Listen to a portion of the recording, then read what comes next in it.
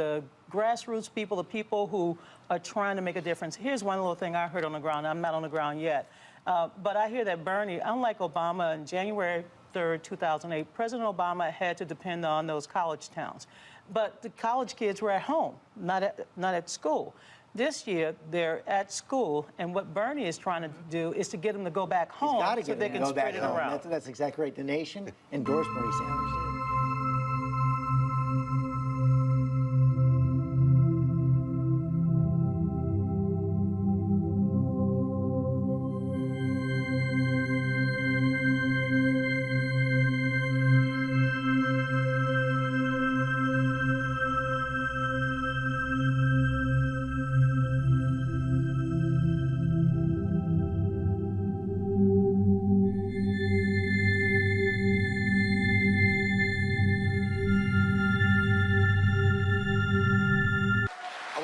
To Leanne Walters.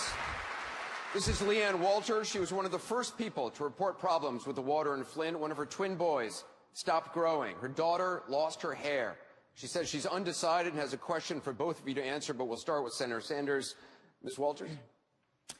After my family, the city of Flint, and the children in D.C. were poisoned by lead, will you make a personal promise to me right now that as president in your first 100 days in office, you will make it a requirement that all public water systems must remove all lead service lines throughout the entire United States and notification made to the citizens that have set service lines? I will make a personal promise to you that the EPA and the EPA director that I appoint will make sure that every water system in the United States of America is tested and that the people of those communities know the quality of the water that they're drinking, and that we are going to have a plan to rebuild water systems in this country that are unsafe for drinking. Let me just point out, for accuracy's sake, there are 10 million lead service pipes delivering water to people all across this country tonight. Secretary Clinton? Well, I agree completely. I want to go further, though. I want us to have an absolute commitment to getting rid of lead wherever it is, because it's not only in water systems, it's also in soil, and it's in lead paint that is found mostly in older homes. That's why 500,000 children today have lead in their bodies. So I want to do exactly what you said. We will commit to a priority to change the water systems, and we will commit within 5 years to remove lead from everywhere. We were making progress on this in the 1990s. I worked with then Senator Obama to get more money, more support, to do more to remove lead. Thank you. That has, unfortunately, been, in many ways, moved to a lower priority. I will elevate it, and I will do everything I can. Water, soil, and paint. Thank you. We're going to get rid of it. Thank you, Secretary. I want to go to my...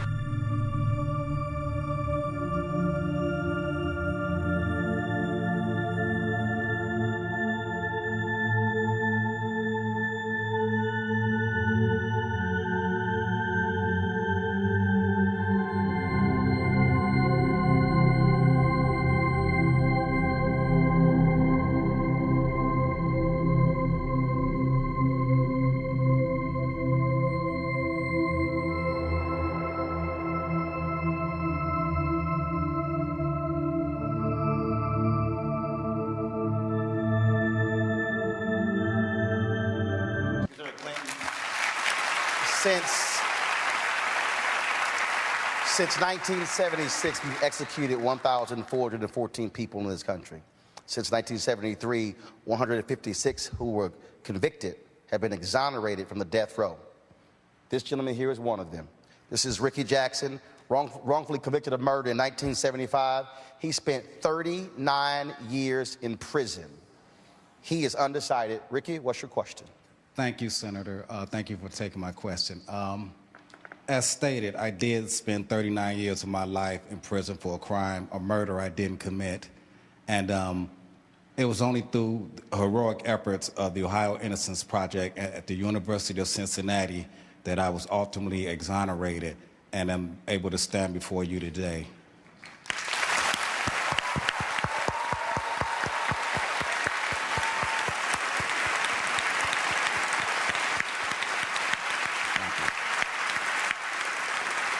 Senator, I spent some of those years on death row, and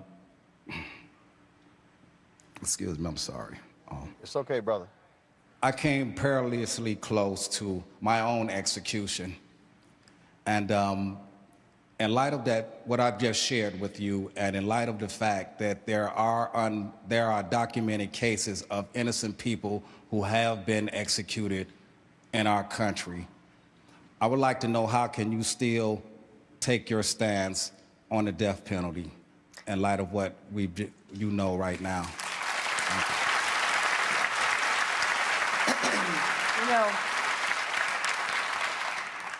this is such a profoundly difficult question, and what I have said and what I continue to believe is that the states have proven themselves incapable of carrying out fair trials that give any defendant all the rights that defendant should have, all the support that the defendant's lawyer should have.